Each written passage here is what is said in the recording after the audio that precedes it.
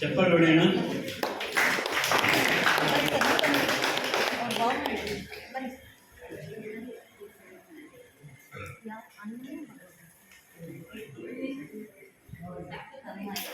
ಎಲ್ಲ ಆತ್ಮಬಂಧುಗಳಿಗೆ ನಮಸ್ಕಾರಗಳು. ಇವಳು ನಮ್ಮ ದೊಡ್ಡಕ್ಕ ಶಕುಂತಲಾ ಅಂತೇಳಿ. ನಾವು ತಂದೆ ಕಳ್ಕೊಂಡಾಗ ನಮ್ಮನ್ನೆಲ್ಲ ಸಾಕಿ ಬೆಳೆಸಿದ್ದ ತಾಯಿ ಸ್ಥಾನದಲ್ಲಿದ್ದವರು ಇವರು. ಧಾರವಾಡದಿಂದ ರಾಗಿಗುಡ್ಡಕ್ಕೆ ಬರ್ಬೇಕಂತ ಬಂದಿದ್ದಾರೆ. ಭಾಗವಹಿಸಿದ್ದೆ ಮಾಮ ಗುಗ್ಗೆ ಅಂತೇಳಿ ಅಸ್ಟೇಟ್ ಎಕ್ಸಿಕ್ಯೂಟಿವ್ ರಿಟೈರ್ಡ್ ಆಗಿದ್ದಾರೆ. ಅವರು ನಮಗೆಲ್ಲ ಇಲ್ಲಿ ಬೆಳವಣಿಗೆಗೆ ತುಂಬ ಸಹಾಯ ಸಹಕಾರಿಯಾಗಿದ್ದಾರೆ. ಅವರ ಸೇವೆ ನಮಗೆ ತುಂಬ ಇದು.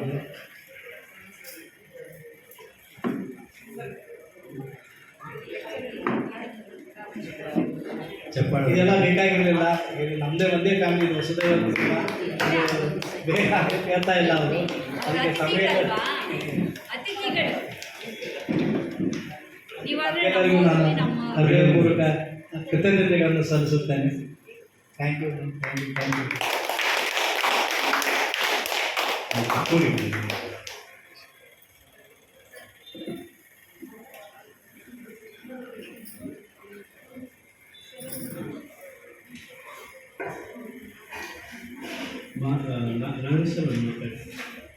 ಇವೆಲ್ಲ ರಾಗಿ ಕೊಡಿ.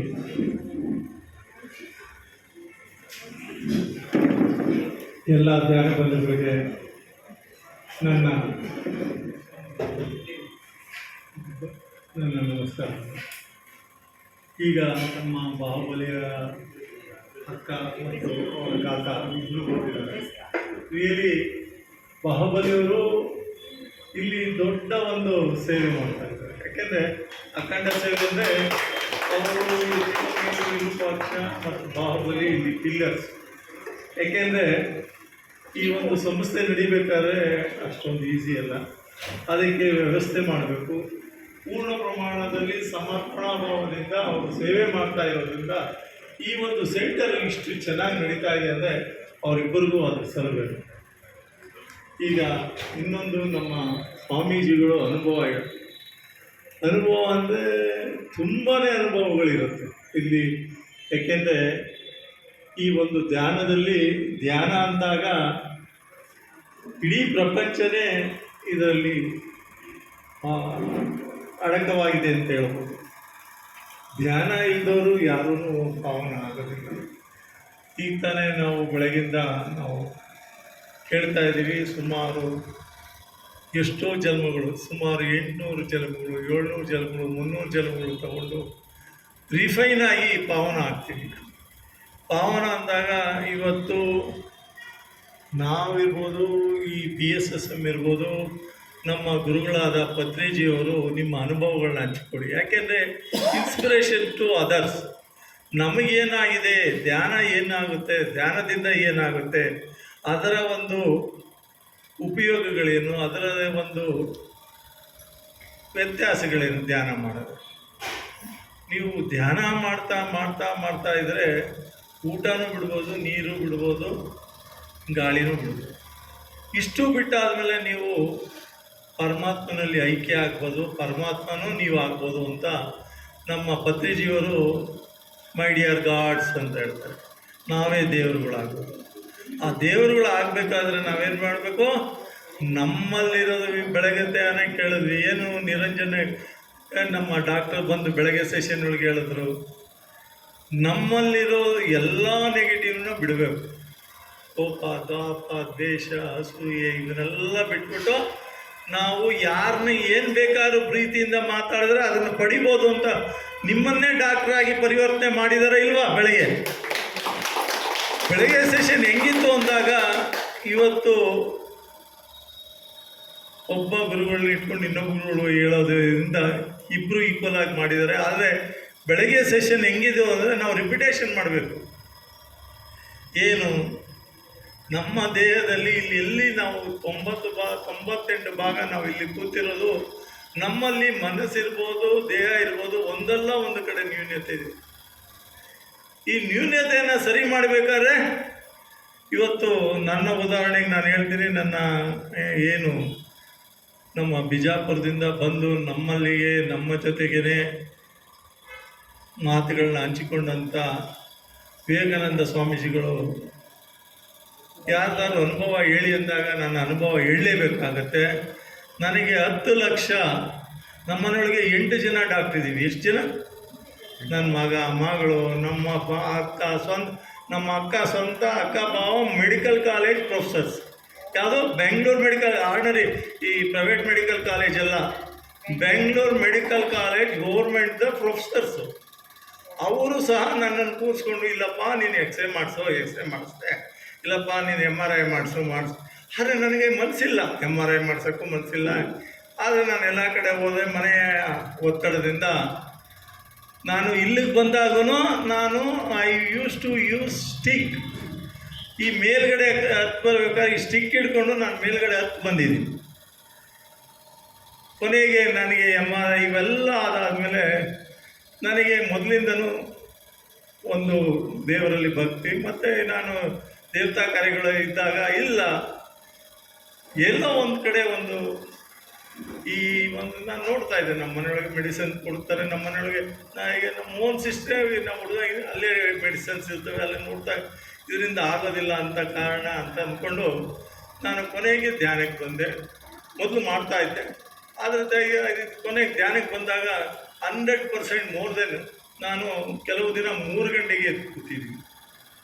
3 ಗಂಟೆಗೆ ಎದ್ದು ಕೂತ್ಕೊಂಡು 3 ಅವರ್ 4 ಅವರ್ ಧ್ಯಾನ ಮಾಡಿದಾಗ ಡಾಕ್ಟ್ರು ನನಗೆ, ಒಬ್ಬರು ಡಾಕ್ಟ್ರಲ್ಲ, ಒಂದು 5-6 ಜನ, ನಾನು ಫಸ್ಟ್ ಒಪಿನಿಯನ್, ಸೆಕೆಂಡ್ ಒಪಿನಿಯನ್, ನಮ್ಮ ಮನೆಯೊಳಗೂ ಅವ್ರಿಗೂ ಡೌಟ್ಸು. ಒಪಿನಿಯನು 5-6 ಡಾಕ್ಟ್ರ್ ಒಪಿನಿಯನ್ ತೊಗೊಂಡಾದ್ರೂ ಅವ್ರ ಕನ್ಕ್ಲೂಷನ್ ಕೊಡೋಕ್ಕಾಗಲಿಲ್ಲ. ಕೊನೆಗೆ ನಾನೇ ಒಂದು ಓನ್ ಕನ್ಕ್ಲೂಷನ್, ಯಾಕೆಂದರೆ ನಾನು ಅಷ್ಟೇ ಒಂದು ಗೌರ್ಮೆಂಟ್ ಕ್ಷೇತ್ರದಲ್ಲಿ ಹಿರಿಯ ಅಧಿಕಾರಿ ಆಗಿದ್ದನು. ಅಷ್ಟು ಈಸಿಯಾಗಿ ಯಾರೂ ನಾನು ನಂಬೇಕಾದ್ರೆ ಅದರ ಒಂದು ಎಲ್ಲ ರಿಸಲ್ಟ್ಸ್ನ ಆಗಿ ಆ ರಿಸಲ್ಟ್ಸ್ ಏನು ಬರುತ್ತೋ ಅದನ್ನು ನಾನು ನಂಬೋ ಮನುಷ್ಯ.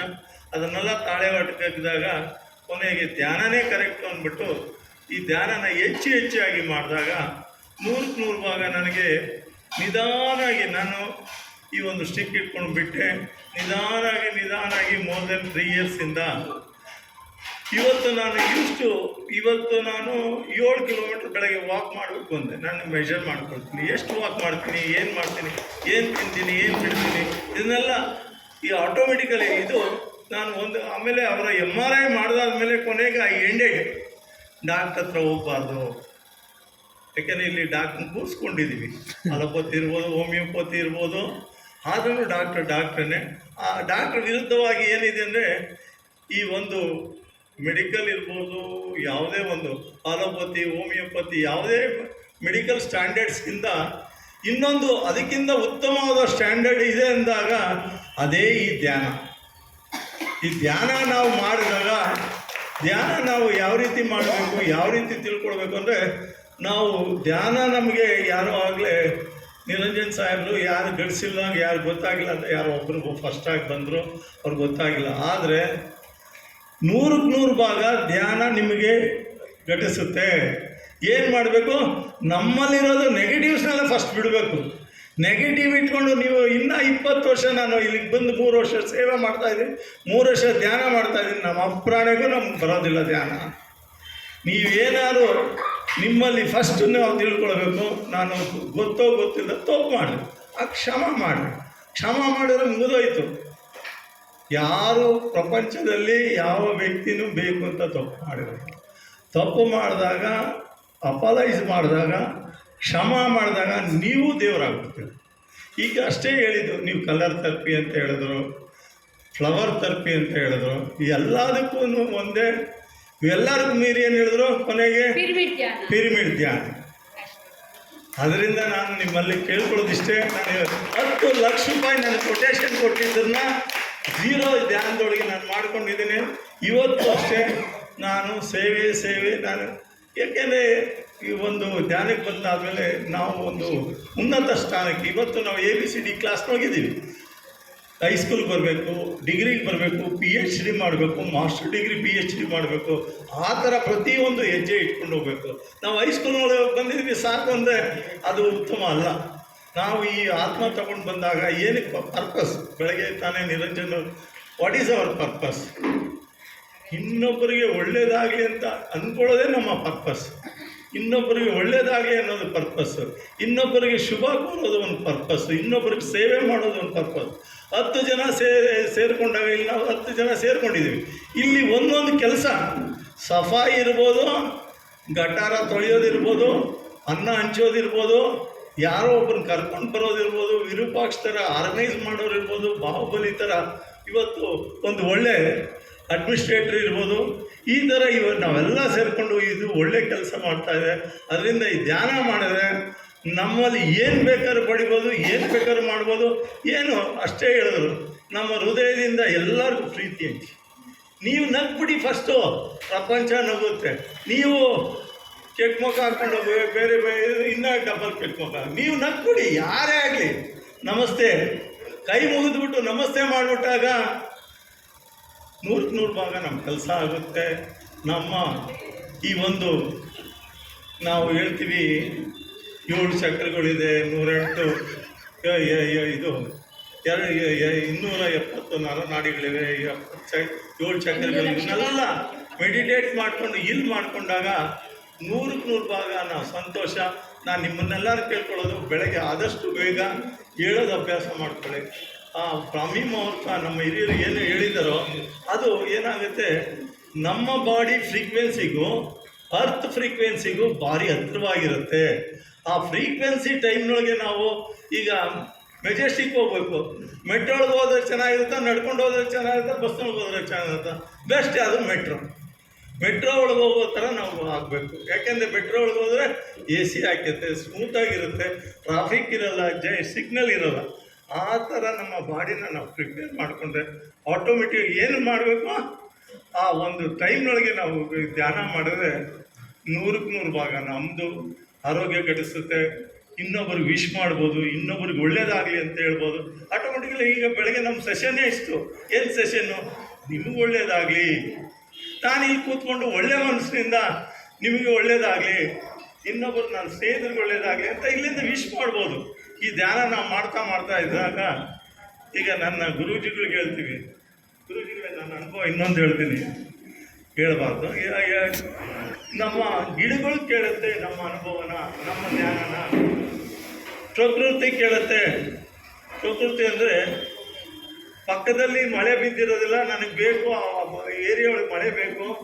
ಇಲ್ಲಿಂದ ನೀವು ವಿ ಕ್ಯಾನ್ ಕೀಪ್ ಸಮರ್ಪಣಾ ಭಾವದಿಂದ, ಸಂಪೂರ್ಣ ಆತ್ಮದ ಭಾವದಿಂದ ನೀವು ಕೇಳಿಕೊಂಡಾಗ ನಿಮ್ಮ ಏರಿಯಾ ಒಳಗೆ ಮಳೆ ಆಗುತ್ತೆ. ಅದು ಅನುಭವ, ನನ್ನ ಸ್ವಂತ ಅನುಭವ.